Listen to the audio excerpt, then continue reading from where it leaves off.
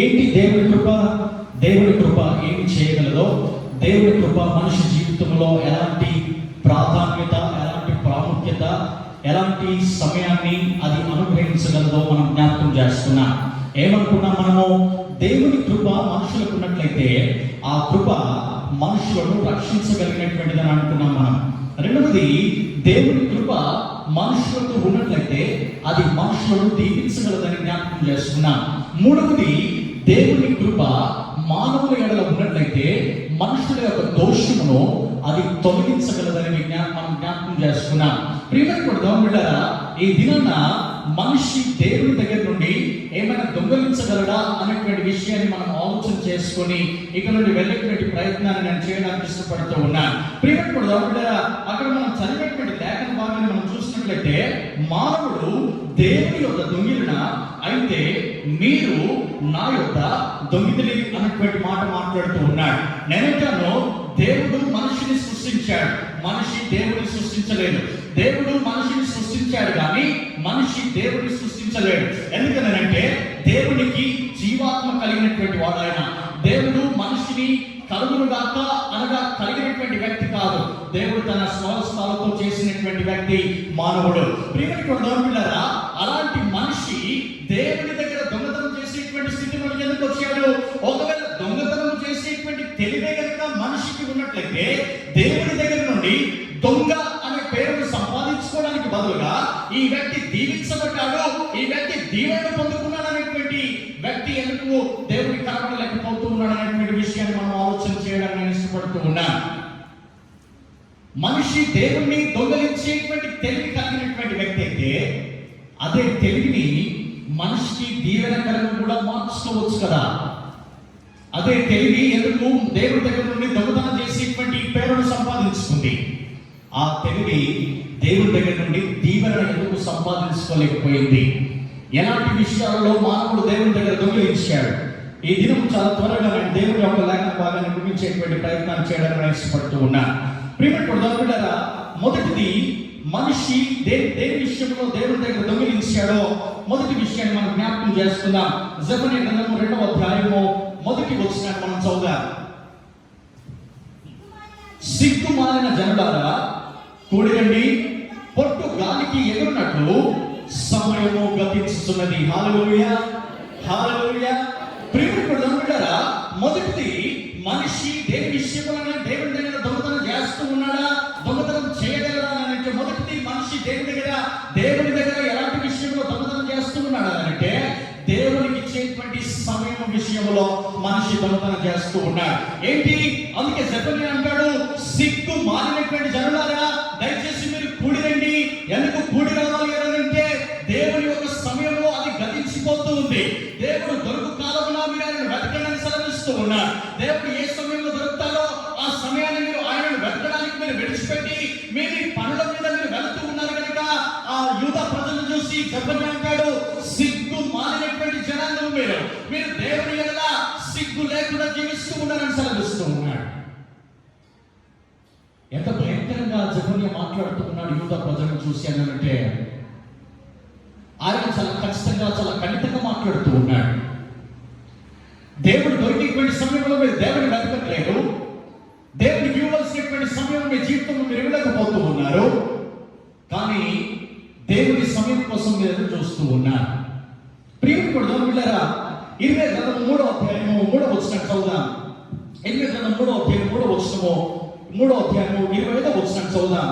అక్కడ ఒక ప్రత్యేకమైనటువంటి విషయాన్ని ఇర్మియా సెలవిస్తూ ఉన్నాడు. చూడండి, ఎందుకు బట్టి మనిషి దొంగతనం చేస్తూ ఉన్నాడు. చూడండి ఒకసారి. ఇర్మియా గ్రంథం 3వ అధ్యాయము 3వ వచనం. కావున వానలు కురియక మానను, కడవరి వర్షము లేకపోయి ఉన్నది, ఆయనను నీకు వ్యభిచార స్త్రీ ధైర్యం వంటి ధైర్యం కలదు, సిగ్గు పడక ఉన్నామని సెలవిస్తూ ఉన్నాడు. ఇక్కడ ఒక భయంకరమైనటువంటి మాటను నేను ఈ నిన్న దినం రాత్రి కాలం రాత్రి దాదాపు 12 గంటలకి దేవుని యొక్క వాక్యాన్ని నేను ధ్యానం చేస్తూ ఉన్నప్పుడు నాకు భయం వచ్చింది. అక్కడ ఒక మాటను నేను చదివినప్పుడు నాకు ఒళ్ళు గగ్గులు పుడిచినట్టుగా అనిపించింది. అక్కడ అంటాడు, ఆయనను నీకు వ్యభిచార స్త్రీ ధైర్యము వంటి ధైర్యము కలదు అన్న మాటను జ్ఞాపకం చేస్తూ ఉన్నాడు. అనగా ఈ లోకంలో ఎవడైనా పాపము చేయాలి అని అంటే, ఎవడైనా వ్యభిచారం చేయాలి అని అంటే వాడు భయపడుతూ వ్యభిచారం చేయలేడు. ఆ స్త్రీ భయపడుతూ వ్యభిచారం చేయలేదు. పాపానికి కావలసినటువంటిది ఏంటంటే భయం కాదు, పాపానికి కావలసినటువంటిది ధైర్యం కావాలా. ధైర్యం చేసినటువంటి వారు మాత్రమే వ్యభిచారంలోనికి తెచ్చబడతారు. ధైర్యం చేసినటువంటి వారు మాత్రమే కుటుంబంలో నుండి పరిగెత్తుకొని వెళ్ళడానికి ఇష్టపడుతూ ఉంటారు. అప్పుడు ఆయన అంటాడు, వాళ్ళు కురియకపోయినను, ఆ కడవరి వర్షము లేకపోయినను కూడా ఇదిగో వ్యభిచార స్త్రీకి కలిగినటువంటి ధైర్యము నీకు కలుగుతూ ఉంది. ఎందుకు నీకు అలాంటి ధైర్యం కలిగిందని అంటే, యెహోవా సన్నిధానములో యెహోవా సమయాన్ని యెహోవాకు ఇవ్వకుండా యెహోవా సమయాన్ని నీవు దొంగిలించి యెహోవా దగ్గర నుండి దూరం వెళ్తూ ఉన్నావు. నీవు యెహోవా దగ్గర నుండి పరిగెత్తుకొని వెళ్తూ ఉన్నావు. ఈ సమయం యెహోవాది, ఇది యెహోవా మందిరంలో ఉండవలసినటువంటి సమయం అనేటువంటి విషయము ఆలోచన చేయకుండా నీవు దేవుని సమయాన్ని దొంగిలిస్తూ ఉన్నావు కనుక ఆయన అంటాడు, మనుషులు దేవుని దగ్గర దొంగతనం చేస్తారా అని అంటే, ఎస్ మీరు నా దగ్గర దొంగతనం చేస్తూ ఉన్నారని దేవుడు మాట్లాడుతూ ఉన్నాడు. తిరిగి మళ్ళీ మనుషులు అంటున్నారు, ప్రభువా మేము దేని విషయంలో నీ దగ్గర దొంగతనం చేస్తూ ఉన్నామని అంటే దేవుడు అంటాడు, నా సమయాన్ని నాకు ఇవ్వకుండా మీరు దొంగతనం చేస్తూ ఉన్నారు. హల్లెలూయా. 3వ అధ్యాయం వచ్చిన చదువుదాం. సిగ్గు నొందిన వారమై సాగిల పడదు రండి, మనము కనబడకుండా అవమానము మనలను మరుగు చేయునుగాక. మన దేవుడైన యెహోవా మాట వినుక మనమును మన పితరులను మన బాల్యము నుండి నేటి వరకు మన దేవుడైన యెహోవాకు విరోధముగా పాపము చేసినటువంటి వారము. హల్లెలూయా, హల్లెలూయా. ఆయన 3వ అధ్యాయం 3వ వచనంలో అంటాడు, వ్యభిచారం చేసేటువంటి స్త్రీకి ఎలాంటి ధైర్యం కలిగిందో, యెహోవా సన్నిధానములో నుండి పరిగెత్తడానికి ఇష్టపడినటువంటి వారికి అలాంటి ధైర్యం కలిగిందంటాడు. ఇదిగో వ్యభిచారం చేయడానికి ధైర్యం కావాలి. వ్యభిచారం చేయడానికి భయం అవసరం లేదు. వ్యభిచరించడానికి స్త్రీకి కానీ పురుషుని కానీ ఎలాంటి ధైర్యం అయితే కలుగుతూ ఉందో, ఒక మనిషి దేవుడి యొక్క సమయాన్ని దొంగలించడానికి కూడా అదే ధైర్యం కలిగినటువంటి వ్యక్తిగా దేవుడు చూస్తూ ఉన్నాడు. అందుకే తిరిగి మరలా ఇర్మియా అంటాడు, ఇదిగో సిగ్గు మాలినటువంటి జనాంగమా, ఇప్పుడైనా మీరు కూడి రండి, మనం యెహోవా దగ్గర సాగిల పడతామని సెలవిస్తూ ఉన్నాడు. ఎందుకు మనం యెహోవా దగ్గర సాగిల పడాలి అని అంటే, ఎందుకు మనం యెహోవాను వేడుకోవాలి అని అంటే, ఎందుకు మనం యెహోవా దగ్గరికి పరిగెత్తుకొని వెళ్ళాలి అని అంటే, మనం కానీ మన పితరులు కానీ వారి పితరులు కానీ యెహోవా దృష్టిలో వారు విరోధముగా నడిచినటువంటి వారు, యెహోవాకు వారు వేరుగా ఉన్నటువంటి మనుషులు, యెహోవా దృష్టిలో వారు పాపము చేసినటువంటి మనుషులు. హల్లెలూయా, హల్లెలూయా. మొదటిది, దేని విషయంలో మనిషి దొంగతనం చేస్తూ ఉన్నాడు దేవుని దగ్గర అంటే, దేవుని యొక్క సమయాన్ని మనిషి దొంగతనం చేస్తూ ఉన్నాడు. 11 గంటలకు నీ ఆరాధన, 11 గంటలు అంటే నేను అంటాను, దేవుని సమయాన్ని కనుక నీవు రావాలని అనుకున్నట్లయితే 10 గంటల 45 నిమిషాలకు నీవు మందిరం బయట ఉండాలా. ఉండేం చేయాలో తెలుసా? 10 గంటల 50 నిమిషాలకు నువ్వు లోనికి వచ్చి నీవు ప్రార్థన చేస్తూ చెప్పాలా, ప్రభువా 11 గంటలకు ఆరాధన, కానీ ఇంకొక 10 నిమిషాలు నా సమయంలో నుండి నేను నీకు సమయాన్ని కేటాయిస్తూ ఉన్నాను. ఎందుకు తెలుసా? ప్రభువా నా జీవితంలో నీవు కూడా నా కొరకు నీ సమయాన్ని వెచ్చించమని ప్రార్థన చేయాలా. ఈ ప్రార్థన బయట దేశంలో ఉన్నటువంటి వారు మాత్రమే చేయగలుగుతారు, భారతదేశంలో ఉన్నవారు చేయలేరు. ఎందుకు తెలుసా? నేను అంటాను, ఇండియన్స్ ఆర్ టూ బిజీ. భారతదేశంలో ఉన్నటువంటి ప్రజలు చాలా బిజీగా ఉన్నారు. బయట దేశంలో ఉన్నటువంటి వారు బిజీగా ఉన్నప్పటికీ కూడా వారి సమయాన్ని దేవునికి సమర్పిస్తూ ఉన్నారు. అందుకే బయట దేశాలంతగా దీవించబడ్డాయి. కేవలము దేవుని యొక్క సమయాన్ని దేవునికి ఇవ్వడం ద్వారా మాత్రమే. చూడండి ఒకసారి మనము 6వ అధ్యాయము 4వ వచనం 14వ వచనం మనం చదువుదాం. అక్కడ ఇంకొక మాట అంటాడు ఆయన, సమాధానము లేని సమయమున సమాధానం అని చెప్పుచు నా ప్రజలకున్న గాయమును పైన మాత్రమే బాగు చేయుదురు. హల్లెలూయా, హల్లెలూయా.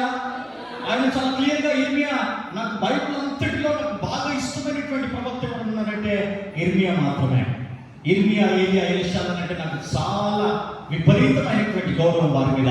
ఎందుకంటే వీరు ఎప్పుడు మాట్లాడినా కూడా ఎవరికి భయపడకుండా మాట్లాడతారు వారు. అందుకే ఇర్మియాను చూసి దేవుడు అంటాడు, ఇర్మియా నేను బాధలని మనవద్దు, నేను నీకు తోడై ఉన్నటువంటి వాడను, మాట్లాడతాను, నేను నీకు ఏదైతే చెప్తానో, నేను నీకు ఏదైతే మాట్లాడమంటానో నీవు మనుషులను చూసి భయపడవద్దు, కానీ నేను నీకు చెప్పినటువంటి మాటను నువ్వు తూచా తప్పగా వారికి తెలియజేయమని చెప్తాడు ఆయన. నువ్వు మనుషులకు భయపడకు, నేను నీకు తోడై ఉన్నాను అంటాడు. ప్రియమైనటువంటి అదే ఇర్మియా 6వ అధ్యాయం 14వ వచనం వచ్చేసరికి అంటాడు, సమాధానము లేని సమయమున, అనగా దేవుడు లేనటువంటి సమయమున దేవుడు ఉన్నాడని మీరు ఎంత చెప్పినా కూడా అయినటువంటి గాయాన్ని పైన మాత్రమే మీరు మాన్పగలరు, దాని లోతులోనికి మీరు దాన్ని మాన్పలేరు అంటాడు. ఎందుకు ఆయన సమాధానము అనేటువంటి మాట మాట్లాడేవాడంటే, మన దేవుడికి ఉన్నటువంటి పేర్లలో ఒక పేరు ఆయన సమాధానమునకు అధిపతి, ఆయన సమాధానకర్త.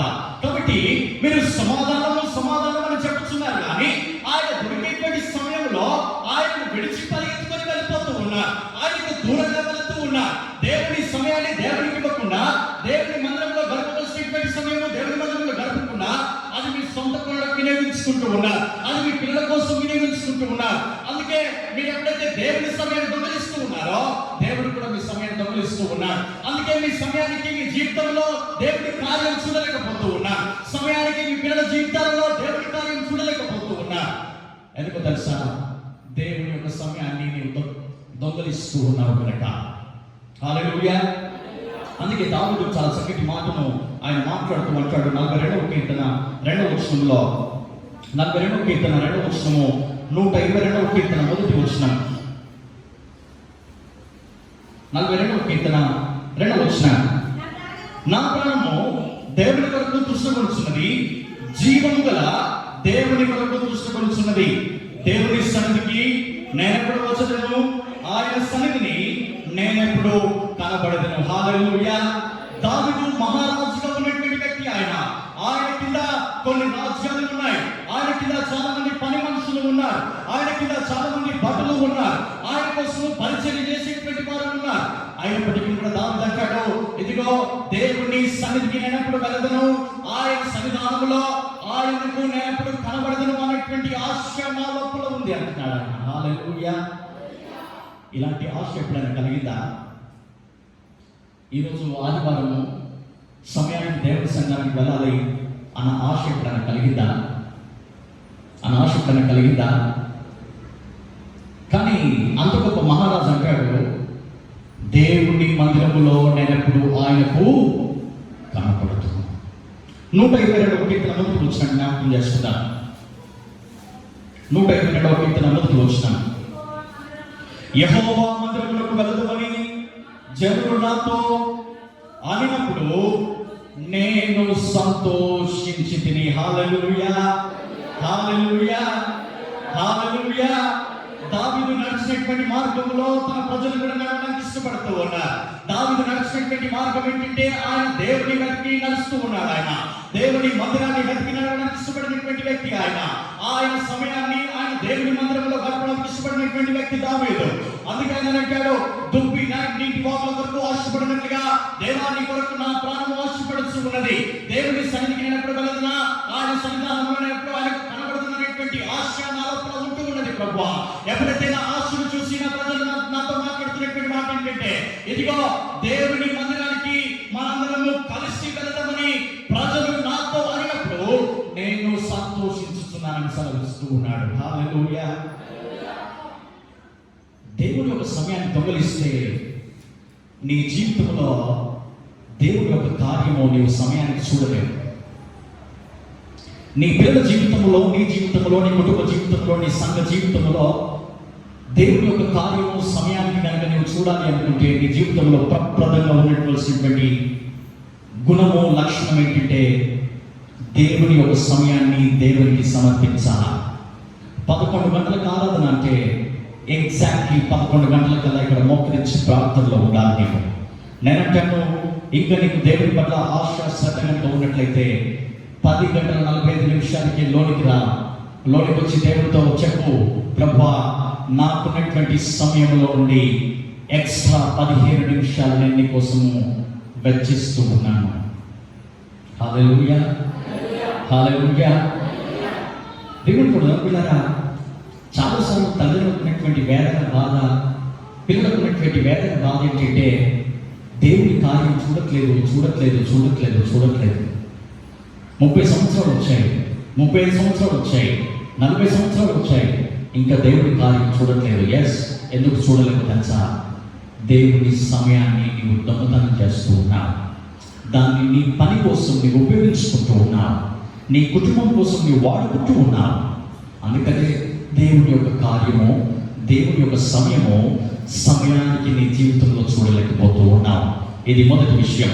రెండవది నేను జ్ఞాపకం చేసి ముగిస్తాను. ఇంకా మనిషి దేవుని దగ్గర దొంగతనం చేస్తూ ఉన్నాడు. ఆదికాండం 4వ అధ్యాయము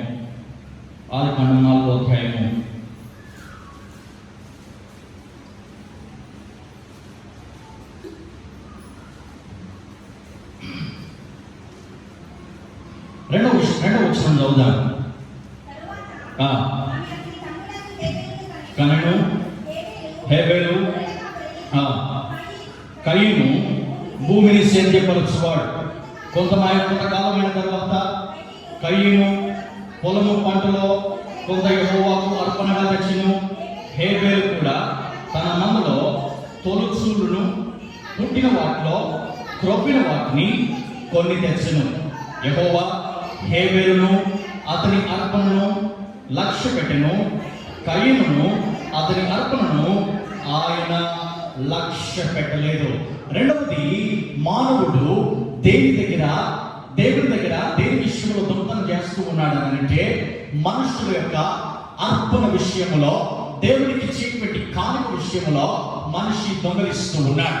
అందరూ అనుకుంటారు, నేను దేవుడి కానుక నేను చాలా జాగ్రత్తగా ఇస్తున్నానే, దేవుడికి సమర్పిస్తున్నానే అని అనుకుంటారు. కానీ నేను అంటాను, దేవుడికి ఇచ్చేటువంటి కానుక అది శ్రేష్టమైన అర్పణగా ఉండాలా, దేవుడు మెచ్చేటువంటి అర్పణగా ఉండాలా, దేవుడు ఇష్టపడేటువంటి కానుకగా ఉండాలా. ఆ కానుక నీకు ఇష్టమైనది కాదు, అది దేవుడికి ఇష్టమైనదిగా ఉండాలా. ఆ కానుక నీవు చూసినప్పుడు ఇది ఎంతో రమ్యమైనదిగా నీకు కనిపించకూడదు. ఆ కానుక దేవుడి దృష్టిలో శ్రేష్టమైనదిగా అది కనిపించాలా. ఇక్కడ మనకి లేఖన భాగం చాలా సుపరిచితమైనటువంటిదే. అయితే దీన్ని నేను కొంత లోతులోకి వెళ్ళడానికి జ్ఞాపకం చేసేటువంటి ప్రయత్నం చేస్తాను. కయీను, హేబెలు ఇద్దరు కూడా వారికి ఇచ్చినటువంటి పొలంలో నుండి, వారికి ఇచ్చినటువంటి గొర్రెల మందలో నుండి ఎవరి కానుకను వారు తీసుకుని వచ్చారు. కయీను తన కానుకను తీసుకుని వచ్చాడు, హేబెలు తన కానుకను తీసుకుని వచ్చాడు. కయీను పొలాన్ని సేద్యపరచుకునేటువంటి వాడు, అటుగా కూరగాయలు పండించేటువంటి వ్యక్తి కయీను. హేబెలు మాత్రము గొర్రెల కాపరిగా ఉండి గొర్రెలను కాచుకునేటువంటి వ్యక్తి హేబెలు. ఎప్పుడైతే కయీనుకు పండినటువంటి పొలంలో నుండి కయీనుకు ఇష్టమైనటువంటి అర్పణ కయీను తీసుకుని వచ్చాడు. కయీను కనులకు ఇది బాగా ఉంది అన్నటువంటి అర్పణ తీసుకుని వచ్చాడు. కానీ హేబెలు మాత్రము హేబెలుకు నచ్చినటువంటి అర్పణ కాదు, దేవుడికి నచ్చినటువంటి అర్పణ తీసుకుని వచ్చాడు. ఏమైంది మరి? ఎప్పుడైతే వారిద్దరు కూడా వారి అర్పణను తీసుకుని వచ్చారో, దేవుడు అక్కడ చేసినటువంటి పని ఏంటంటే, దేవుడు హేబెలు యొక్క అర్పణను ఆయన అంగీకరించాడు, దేవుడు కయీను యొక్క అర్పణను ఆయన అంగీకరించలేదు. ఎందుకంటే కయీను తీసుకుని వచ్చినటువంటి అర్పణ అది శ్రేష్టమైన అర్పణ కాదు, అది కయీనుకు ఇష్టమైన అర్పణ మాత్రమే. కానీ హేబెలు తీసుకుని వచ్చినటువంటి అర్పణ అది హేబెలుకి ఇష్టమైనటువంటి అర్పణ కాదు, అది యెహోవా దృష్టిలో శ్రేష్టమైన అర్పణ. అందును బట్టే దేవుడు హేబెలు యొక్క అర్పణను ఆయన దీవించాడు, కయీను యొక్క అర్పణను ఆయన అంగీకరించలేదు. దీవించడం పక్కన పెడితే కనీసం దేవుడు కయీను ఒక అర్పణను ఆయన అంగీకరించలేకపోయాడు.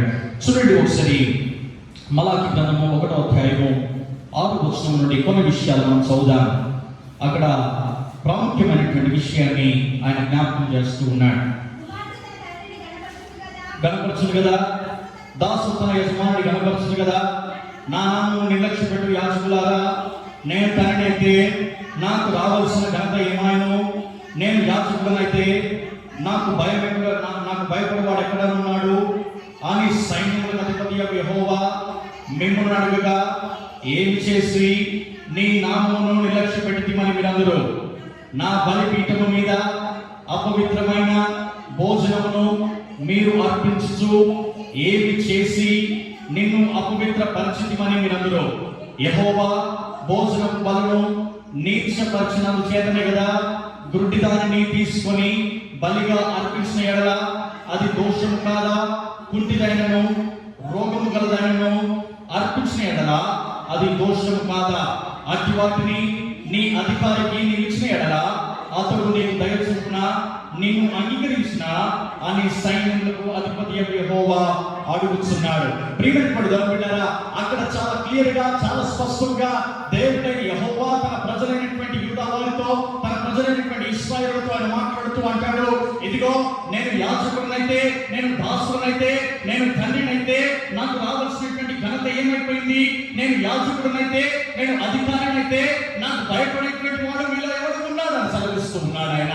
ఒకవేళ నేను తండ్రినైతే నాకు రావాల్సినటువంటి ఘనత ఎక్కడికి పోయింది? నేను యాజకుడినైతే నాకు భయపడేటువంటి వ్యక్తి మీలో ఎవరు ఉన్నాడు? అందుకే తిరిగి మరల ప్రజలు అంటారు, ప్రభువా మేము ఏం చేసి నీ నామాన్ని మేము అపవిత్రపరిచామని అంటాడు. ఇదిగో మీరు గుడ్డిదానిని, కుంటిదానిని, మీరు రోగి అయినటువంటి దానిని మీరు తీసుకొని వచ్చి యెహోవాకు సమర్పిస్తున్నారు కదా. అది యెహోవాకు అయిష్టమైనటువంటిది, అది యెహోవా చూడగలిగినటువంటిది, అది యెహోవా అంగీకరించినటువంటిది, అది యెహోవా దృష్టికి శ్రేష్టమైనటువంటిది కాదనేటువంటి సంగతి మీకు తెలియదా? అయితే ఇదిగో దేవుని బల్ల దగ్గర మీరు అర్పించినటువంటి అర్పణ అది దేవుని దృష్టిలో అది దేవునికి అంగీకారమైనటువంటిది కాదు కదా. అయితే ఎందుకు మీరు దానిని అర్పించి దేవుడి యొక్క నామాన్ని మీరు అపవిత్రపరుస్తూ ఉన్నాడని సెలవిస్తూ ఉన్నాడు. అంత మాత్రమే కాదు, తిరిగి మరలా దేవుడి ఒక ఉదాహరణ చెప్తూ అంటాడు, నీవు ఎవరి దగ్గర పని చేసినట్లయితే, నీ మీద ఎవరైనా అధిపతిగా ఉన్నట్లయితే, నీ మీద ఎవరైనా అధికారిగా ఉన్నట్లయితే, నీవు నీ అధికారికి కుంటిదానిని, చెడిపోయినటువంటి దానిని, రోగమైనటువంటి దానిని, వారికి ఇష్టమైనటువంటిది కాకుండా ఇష్టము కానటువంటిది కానటువంటి దానిని కనుక నీ అధికారికి నీవు సమర్పించినట్లయితే, నీ అధికారి నీ యందు, నీ మీద, నీ ఎడల ఆయన దయ చూపించిన అన్నటువంటి ప్రశ్న ఆయన వాడుతూ ఉన్నాడు. ప్రియమైనటువంటి దేవుడి దృష్టిలో మనుషులు ఏ విషయమైన దొంగతనం చేయగలరా అంటే, మొదటిది దేవుడి సమయాన్ని మనిషి దొంగలించి దేవుడి దృష్టిలో దొంగగా ఆయన మార్చబడుతూ ఉన్నాడు. రెండవది, దేవుడి దృష్టిలో శ్రేష్టమైన అర్పణ దేవునికి సమర్పించకుండా, దేవునికి వస్తున్నటువంటి కానుక దేవునికి ఇవ్వకుండా మనుషుడు దొంగతనం చేస్తూ ఉన్నాడు. చాలాసార్లు మనుషులు అనుకుంటారు, కష్టపడినటువంటి వాడిని నేను, సేద్యం చేసినటువంటి వ్యక్తిని నేను, దీనికోసము చెమట కాల్చినటువంటి వ్యక్తిని నేను కష్టపడి దేవునికి ఎందుకు ఇవ్వాలా? నేను కష్టపడి, నేను శ్రమించి ఎందుకు దేవుడి మందిరంలో తీసుకుని వెళ్ళాలి? ఒకసారి మనం కీర్తన సామెతల గ్రంథం 10వ అధ్యాయం 22వ వచనం చదువుకుందాం. సామెతల గ్రంథం 10వ అధ్యాయము 22వ వచనము, యెహోవా ఆశీర్వాదము ఐశ్వర్యమిచ్చును, నరుల కష్టం చేత ఆ ఆశీర్వాదము ఎక్కువ కాదు. హల్లెలూయా, హల్లెలూయా. దేవుడి యొక్క అర్పణను నువ్వు దొంగిలించినట్లయితే నీ కష్టం చేత నీ యొక్క కానుక, నీ యొక్క రాబడి అది దీవించబడేటువంటిదిగా ఉండదు.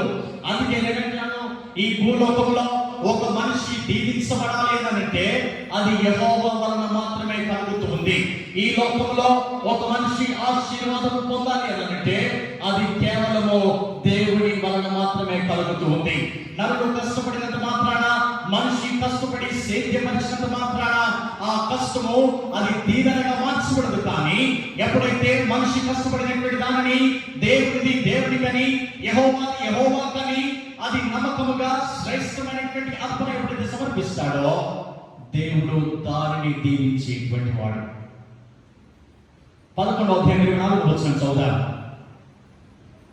11వ అధ్యాయం 24వ వచనం, వెదజల్లి అభివృద్ధి పొందువారు కలరు, తగిన దానికన్నా తక్కువ ఇచ్చి లేమికి వచ్చువారు కలరు. ప్రియమైనటువంటి చాలా సార్లు దేవుడి యొక్క హస్తము మనల్ని దీవించడానికి అది ఇష్టంగా ఉన్నటువంటిది. అందుకే యెషయా గ్రంథము 59వ అధ్యాయం 1వ వచనంలో అంటాడు, నేను మిమ్మల్ని దీవించకుండా ఉండడానికి నా చేతులు కురచ కాలేదని సెలవిస్తూ ఉన్నాడు ఆయన. ఆయన హస్తాలు కురచ కానిటువంటివి, ఆయన హస్తాలు దీవించకుండా ఉండేటువంటివి కాదు, అది దీవించడానికి ఉన్నటువంటి హస్తాలు అవి. అది ఆయన ప్రజలను దీవించడానికి ఇష్టపడినటువంటి హస్తాలు. కానీ మనిషి దేవుడి దగ్గర దొంగతనం చేస్తూ ఉన్నాడు కాబట్టి దేవుని యొక్క దీవెన మానవుడు పొందుకోలేకపోతూ ఉన్నాడు. నేను గత 3 నెలలుగా ఒక ప్రత్యేకమైనటువంటి ప్రార్థన చేస్తూ ఉన్నాను. నేను చేసేటువంటి ప్రార్థన ఒక ప్రార్థన ఏంటంటే, ప్రభువా, ఈ మందిరంలో ఎవరైతే నమ్మకముగా యథార్థముగా యెహోవాకు సమర్పిస్తూ ఉన్నారో వారు ప్రతి ఒక్కరు కూడా దీవించబడాలి. వారి ఉద్యోగం దీవించబడాలి, వారి ఉద్యోగ ప్రయత్నాలు దీవించబడాలి, వారి పిల్లలు దీవించబడాలి, వారి కుటుంబం దీవించబడాలి, వారి పొలం కూడా దీవించబడాలని ప్రార్థన చేస్తూ ఉన్నా. అయితే నేను అంటున్నాను, జీవం కలిగినటువంటి దేవుడు నా పక్షంలో ఉన్నాడు కాబట్టి నేను చేసినటువంటి ప్రార్థన, ఆయన లేఖన భాగంలో నేను చేసినటువంటి ప్రతి ప్రార్థన కూడా ఒకనొక సమయాన ఈ మందిరంలో దేవుడు దానిని స్థిరపరచబోతూ ఉన్నాడు. హల్లెలూయా, హల్లెలూయా. అది కళ్ళారా మీరు చూడబోతూ ఉన్నారు. దానికి మీరే సాక్షులుగా నిలబడబోతూ ఉన్నారు. ప్రియమైన దేవుని సమాజమా, దేవుని సంఘమా, మనుషులు దేవుని దగ్గర దేవుని విషయంలో దొంగతనం చేస్తూ ఉన్నారంటే శ్రేష్టమైనటువంటి అర్పణ దేవునికి ఇవ్వకుండా వారు దొంగతనం చేస్తూ ఉన్నారు. దేవుడు ఎవరిని ప్రేమించగలడు, దేవుడు ఎవరిని ప్రేమించగలడు ఒకసారి మనం జ్ఞాపకం చేసుకుందాం. ఇక్కడ ఒక కిటుకు దేవుడు బైబిల్లో ఆయన పెట్టాడు. 2వ కొరింథీయులకు రాసిన పత్రిక 9వ అధ్యాయం 7వ వచనం మనం చదువుదాం. దేవుడు ప్రేమించేటువంటి వారిలో ఒకరు ఉన్నారు, ఒక కోపకు చెందినటువంటి మనుషులు ఉన్నారు. ప్రతి వాడును తన హృదయంలో నిశ్చయించుకున్న ప్రకారము ఇయ్యవలెను, దేవుడు ఉత్సాహముగా ఇచ్చువారిని ప్రేమించును. హల్లెలూయా. దేవుడు ప్రేమించేటువంటి మనుషులలో ఒక మనుషులు ఎవరండి? ఎవరిని ప్రేమిస్తున్నాడు దేవుడు? ఉత్సాహంగా ఇచ్చువారిని దేవుడు ప్రేమిస్తూ ఉన్నాడు. అందుకే ఇంతకు మనం పాట పాడాం కదా, ఏంటది పాట? 440వ కీర్తన. సృష్టిపిత సర్వోన్నత సమర్పితు సర్వస్వము, మా వెండి బంగారములు నీవే, మాకున్న వరములు నీవే. ప్రియమైన దేవుని బిడ్డలారా, చాలా చక్కటి పాట ఆయన రాశాడు. నేను ఈ విషయాన్ని ఆలోచన చేస్తూ ఉన్నప్పుడు నాకు ఒక సందర్భం, ఒక సంఘటన నాకు జ్ఞాపకం వచ్చింది. దేవుని యొక్క లేఖన భాగాన్ని అనుభవించడానికి ఇష్టపడుతూ ఉన్నాను. గతించినటువంటి సంవత్సరంలో దేవుని యొక్క లేఖన భాగాన్ని నేను జ్ఞాపకం చేస్తూ ఉన్నప్పుడు నేను అన్నాను, ప్రియమైన దేవుని బిడ్డలారా, మీ పిల్లల కోసం మీరు అప్పు చేస్తారు, మీ కుటుంబం కోసం మీరు అప్పు చేస్తారు, మీ భవిష్యత్తు కోసము మీకున్నటువంటి అవసరాల కోసం మీరు అప్పు చేస్తారు. అయితే నేను అన్నాను, దేవుడికి ఇచ్చేటువంటి కానుక విషయంలో ఒకవేళ మీ కుటుంబంలో మీకున్నటువంటి పరిస్థితులలో దేవుడికి ఇచ్చేటువంటి కానుక అది తగ్గినట్లయితే ఆ కానుకను బట్టి నీవు అప్పు చేయమని చెప్పాను. నేను ఎవరు చేయలేకపోయారు. ఒక మీ అయ్యగారు మాత్రమే చేశాడు. తను అనుకున్నటువంటి దాంట్లో బహుశా 40% అది తక్కువ ఉంది. వచ్చినటువంటి నెక్స్ట్ వారం మేఘర్ మళ్ళీ డాడీ వాకింగ్ చెప్తూ ఉన్నప్పుడు ఆ మాట చెప్పాడు.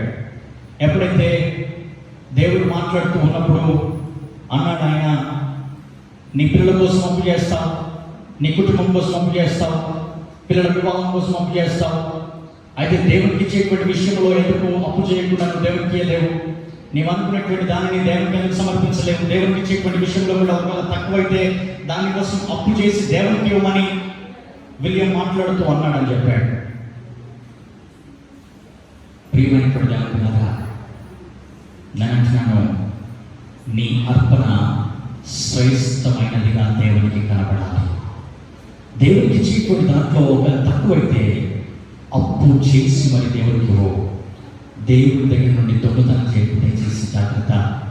చివరి విషయం ఒకటి జ్ఞాపకం చేస్తాను. అదే 2 కొరింథీయులకు రాసిన పత్రిక 8వ అధ్యాయం 1 నుండి కొన్ని వచనాలు చదివినట్లయితే అది మనకు చాలా సుపరిచితమైనటువంటి లేఖన భాగము. అక్కడ మాసిదోనియ సంఘాన్ని గురించి ఆయన రాస్తూ అంటాడు, మాసిదోనియ సంఘంలో ఉన్నటువంటి ప్రజలు వారు నిరుపేదలు, వారు తినడానికి తిండి లేకుండా ఉన్నటువంటి ప్రజలు, కానీ దేవుడికి ఇచ్చేటువంటి విషయంలో తమంతట తాముగా దేవునికి సమర్పించడానికి వారు ఇష్టపడ్డారన్నటువంటి మాట మాట్లాడుతూ ఉన్నాడు. ఎప్పుడైతే వారిగా దేవునికి సమర్పించాలని వారి హృదయాలను, వారి మనసులను, వారి శరీరాలను ప్రేరేపించుకొని ఎప్పుడైతే దేవునికి ఇచ్చారో, వారు ఎలా ఇచ్చారో దేవుని కృప అదే విధంగా వారి ఎలా అభివృద్ధి చెందింది. హల్లెలూయా, హల్లెలూయా, హల్లెలూయా, హల్లెలూయా, హల్లెలూయా, హల్లెలూయా. ప్రియమైన బిడ్డలారా, 4వ వచనం మనం చదువుదాం. 4వ వచనం. మమ్మను వేడుకొనొచ్చు వారు తమ సామర్థ్యం కొలదే కాక సామర్థ్యం కంటే ఎక్కువగాను తమంతట తామే ఇచ్చురని మీకు సాక్ష్యము ఇచ్చుచున్నాను. మీకు సాక్ష్యము ఇచ్చుచున్నాను. ప్రియమైన దేవుని సంగమా, ప్రియమైన దేవుని సమాజమా, ప్రియమైన దేవుని మందిరమా, దేవుని బిడ్డలారా, మనుషులు దేవుని దగ్గర దొంగతనం చేయగలరా అంటే మొదటిది మనిషి దేవుని విషయం దేవుని దగ్గర దొంగతనం చేస్తూ ఉన్నాడనంటే దేవుడికి ఇచ్చేటువంటి సమయం విషయంలో మనిషి దొంగతనం చేస్తూ ఉన్నాడు. దేవుడి సమయంలో నువ్వు దొంగతనం చేసినట్లయితే దేవుడి సమయాన్ని కూడా నీ జీవితంలో నువ్వు చూడలేవు. నీ పిల్లల జీవితంలో సమయానికి పనులు కావాలి అని అంటే, నీ కుటుంబ జీవితంలో సమయానికి నీకు పనులు కావాలి అని అంటే యెహోవా సమయము యెహోవాకు నీవు సమర్పించాలా. యెహోవా సమయం ఎప్పుడో తెలుసా? ఆదివారం ఉదయం 11 గంటలకి నీ ఆరాధన సమయం. ఎగ్జాక్ట్లీ 11 o'clock దేవుని మందిరంలో నీవు మోకరించి ప్రార్థనలో ఉండాలా. దేవుని సమయం అంటే వాక్యం కోసం వచ్చి ఆశీర్వాదం కోసం ఉండి వెళ్ళడం కాదు. దేవుని సమయం అంటే మొదటి నుండి చివరి వరకు ఉన్నటువంటి వ్యక్తే నిజంగా ఆరాధనలో ఉన్నటువంటి వ్యక్తి. రెండవది మనిషి ఇక దేవుడి విషయంలో దేవుని దగ్గర దొంగతనం చేయగలడా అంటే దేవునికి ఇవ్వవలసినటువంటి అర్పణ విషయంలో, కానుక విషయంలో మనిషి దొంగతనం చేస్తూ ఉన్నాడు. మన సమయం మనం దేవునికి ఇద్దాం. మన అర్పణ దేవుని దృష్టికి శ్రేష్టమైన అర్పణగా మనం సమర్పిద్దాం. దేవుని దగ్గర నుండి పొందుకోవాల్సినటువంటి ప్రతి దీవెనను మనం పొందుకునేటువంటి వారంగా మనం ఉందాం. ఆ విధంగా పరిశుద్ధాత్మ దేవుడు మనల్ని దీవించి నడిపించి ఆశీర్వదించును కాక. తనలో మూసుకుందాం, ప్రార్థన చేసుకుందాం.